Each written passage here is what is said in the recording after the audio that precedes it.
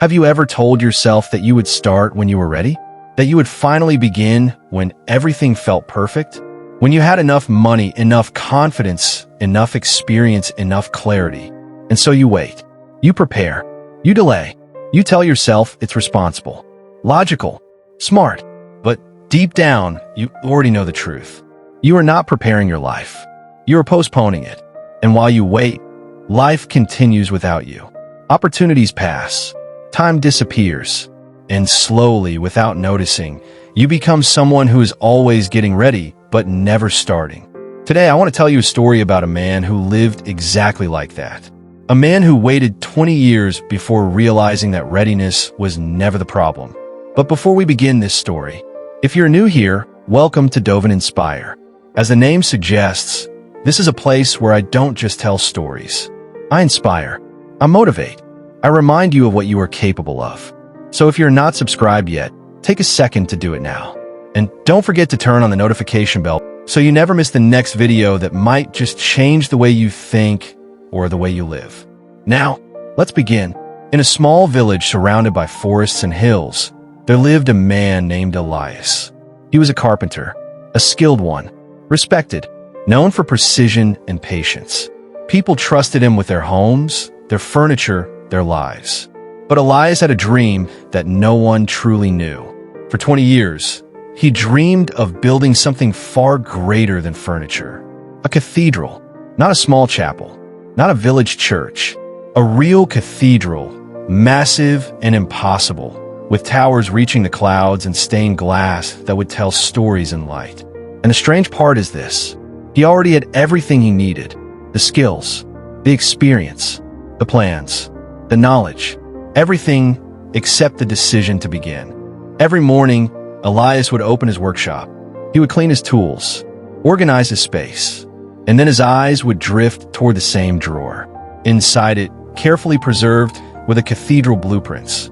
Every line perfect, every measurement precise, every detail already imagined. He would take them out slowly, look at them for a long time, and whisper, "One day." But then the voice would come back. The same voice every time. "You are not ready. You need more time, more money, more knowledge. What if you fail? What if people laugh?" So Elias would close the drawer and go back to building tables. Safe work, predictable work, work that never asked him to risk anything. Meanwhile, life around him was moving. A baker started without knowing how to bake properly. A blacksmith learned by burning his first tools. A young seamstress failed dozens of times before selling anything. They were not ready, but they had something Elias did not. They had started. Years passed, then decades. Elias became older, more experienced, more respected, but the cathedral remained in the drawer. Still perfect, still untouched, still unfinished. And the strange thing was this. The more time passed, the harder it became to begin. Because now he had reputation to protect, a life to maintain, a fear of losing what he had built. So the dream became heavier, not lighter, and waiting started to feel like responsibility. But in reality, it was fear disguised as wisdom. One evening, after a long day of work, Elias discovered something hidden in his workshop. An old letter, yellowed by time, written by his grandfather, a man who had also been a carpenter. Elias opened it slowly and read. His grandfather spoke of his own regrets. He had waited too, waited to travel, waited to write, waited to express love, waited for the perfect time, and in the end, he had waited his entire life. The letter ended with one sentence.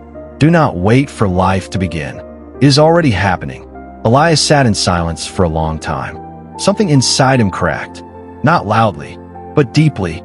For the first time in 20 years, Elias asked himself a real question. What am I waiting for? And the answer frightened him. Not money, not skills, not knowledge, but certainty. The certainty that nothing would go wrong. The certainty that he would not fail. The certainty that he would not be judged. But that certainty did not exist. It had never existed, and it would never exist. So Elias finally understood something simple. He was not lacking preparation. He was lacking decision. The next morning, Elias woke up differently. He did not open the drawer to admire the plans. He opened it to use them. He placed the blueprints on his workbench. His hands trembled, not because he did not know what to do, but because now he had to do it. He picked up a piece of wood, marked it, and made the first cut. It was not perfect, far from it, but it was real. And for the first time, Elias was not dreaming of the cathedral. He was building it. One evening, as the sun disappeared behind the hills, Elias stood in silence before the cathedral. The wind moved gently through the unfinished arches. For a moment, he imagined what his life would have looked like if he had never started. The thought sent a chill through him. He saw another version of himself, a version still standing in the workshop, still opening the drawer, still looking at the plans, still saying one day, in that version of his life, the cathedral did not exist. The lessons did not exist. The memories did not exist. The people he had inspired did not exist. Nothing existed except a dream trapped on paper. And suddenly, Elias realized something important. The greatest cost of waiting is not the time you lose. It is the life you never get to experience. Most people think the risk is failing, but failing is temporary. You learn, you adapt, you try again. The real risk is never beginning. The real risk is reaching the end of your life surrounded by unfinished dreams and wondering what could have happened if you had simply taken the first step. Because every meaningful life is built the same way. Not through certainty, not through perfect conditions, not through endless preparation, but through small acts of courage repeated day after day. A single step rarely changes your life overnight, but it changes your direction. And sometimes, changing your direction is enough to change your destiny. Elias looked one last time at the cathedral standing before him. It was still incomplete. There was still work to do. There always would be. But for the first time in 20 years, he no longer felt the weight of regret. And that was worth more than success itself. Days became weeks. Weeks became months. Mistakes happened. Pieces broke. Plans changed. Nothing went as smoothly as expected. But something else happened too. Elias learned, adapted, improved, and grew with every failure. The cathedral was no longer an idea. It was becoming a reality. Not because everything was perfect, but because he refused to stop. People began to notice. "How did you finally become ready?" they asked. Elias would smile and answer simply, "I wasn't. I just started." Because readiness is not something you feel. It is something you build through action. Fear never disappeared.